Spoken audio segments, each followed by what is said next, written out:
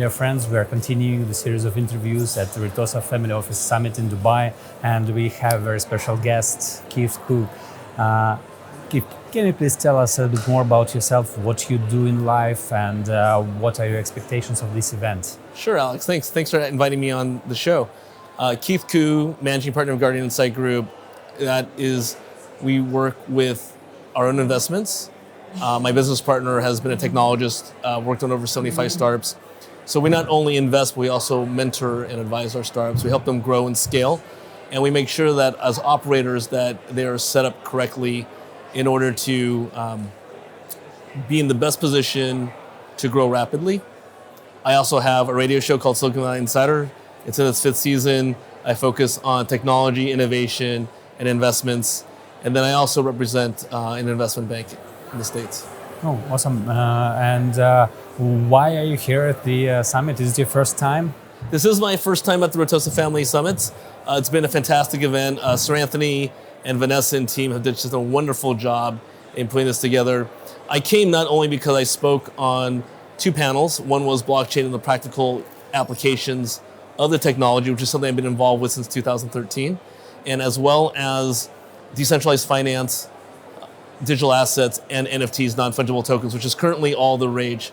What I wanted to get out of this summit was understanding what's happening on the global stage between the convergence. I believe that technology is a great enabler, but it's still a tool.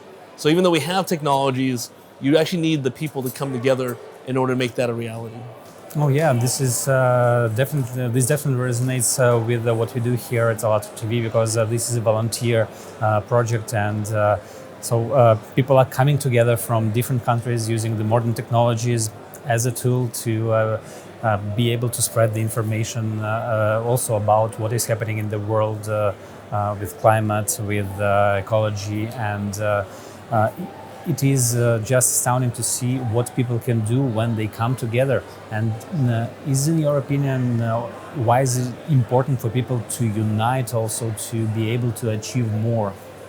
Yeah, this is a good point that you and the team are making. I love the fact that you are actually, in a sense, decentralized. So you're volunteers throughout many different jurisdictions or countries coming together to solve real world problems. So we're at an interesting tension in society. So I come out of corporate. I spent over 2 decades in companies like Cisco Systems, and finished in doing technology risk and managing director for MUFG, or the Bank of Tokyo. And one of the key things we think about, and we just focus it on blockchain and cryptocurrency, is that you have centralists and decentralists. And right now people think it's either or.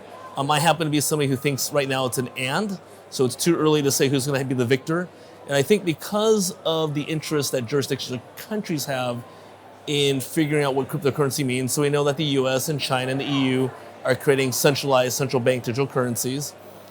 That is going to happen. The parallels of that is also very important.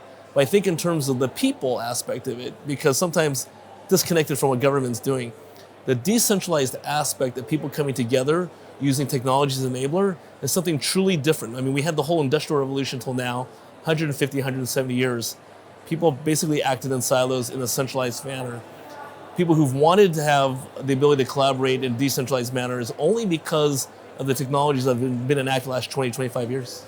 Oh yeah, and I totally agree with that technologies right now are enabling us to do things that were not possible just even 10 years ago. And in this regard, we also should think about what can we do and how we use technologies in order to solve the problems that we are facing today, also with climate. And what, in your opinion, can also be done if we change the consumer's format of society we live in today, where, well, basically money is the first driver for everything, into a society where human life is the highest value, and that all the technological progress is directed towards the betterment of lives of every human being. So this is an interesting question as well. I'm glad you're asking it. One thing that we talk about, especially in like companies like McKinsey and Bain, consulting firms who make predictions. So focusing on the US only, There's a prediction that 39 to 73 million jobs in the United States alone over the next 5 or 10 years will be affected by automation. So now extrapolate that out, because this is just talking about the West. There's a discussion on what does that mean for the rest of the world. Is it many, many more jobs, or because they're not yet as developed, it won't be as impactful? I think, as you just mentioned, technology will affect every aspect of almost everybody on the planet's lives. And it can be used for good or not good. And I think that it's important that as governments are using technology to improve, to modernize, there has to be the human element. There has to be the ability to still understand as a society that things that we do, kind of the butterfly effect, that what you do will affect many other people. So in terms of what you've asked is back to decentralized communications, the ability for your group to come together all around the world. We talk about things like DAOs, decentralized autonomous organizations. In the US, it's not even as adopted as other parts of the world. I think that you're going to see many unique situations, because right now we're still in that essence of understanding cryptocurrency or blockchain as a very primitive technology. But imagine in a DAO, so what you're doing with Alatra, you can actually put that on a decentralized autonomous organization that self-governs, self-manages, self-runs. How many other societal organizations are going to be like that?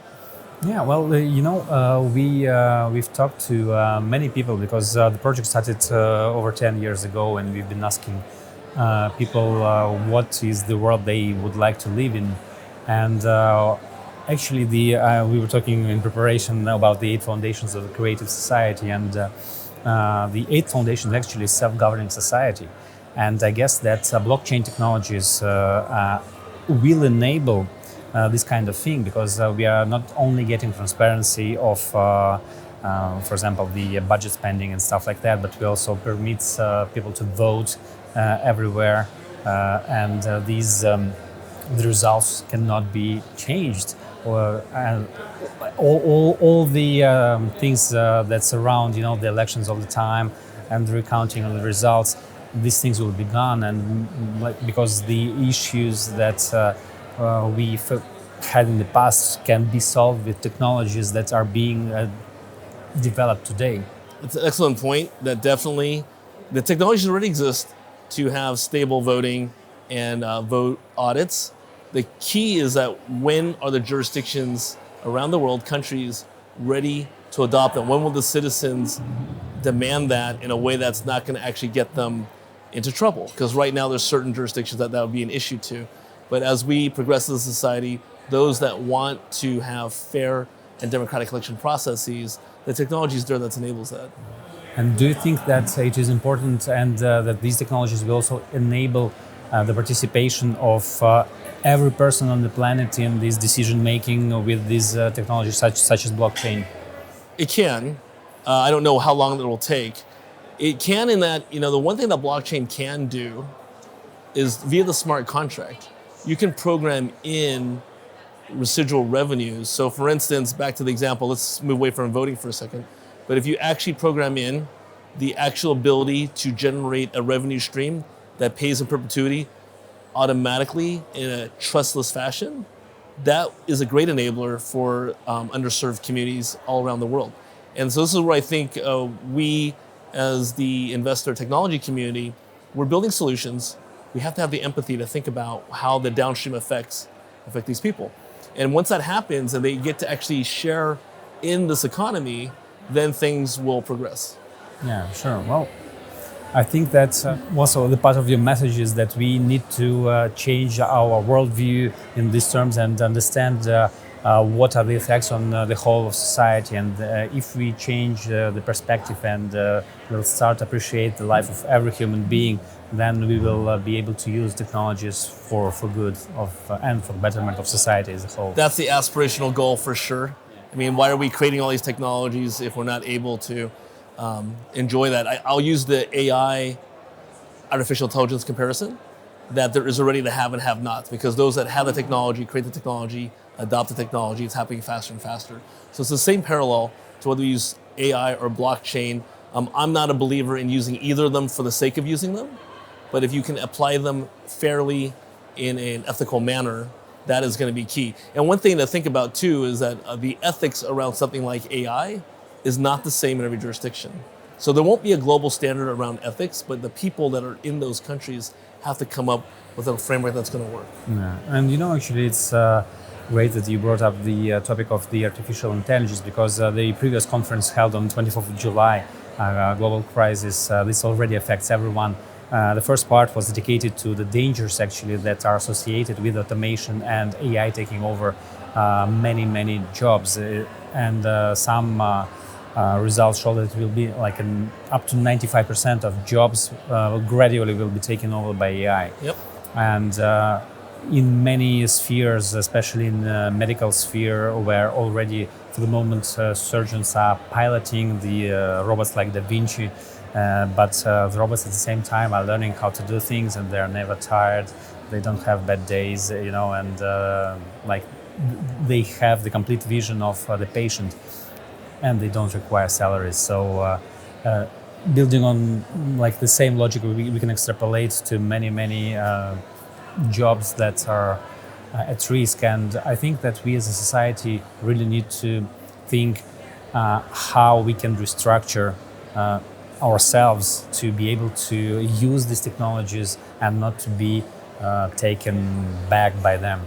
We're in a pivotal time, next 5 to 10, 10 to 15 years. Back to your comment that a majority of jobs will be automated, but we're in this special time frame that we can actually get ahead of that.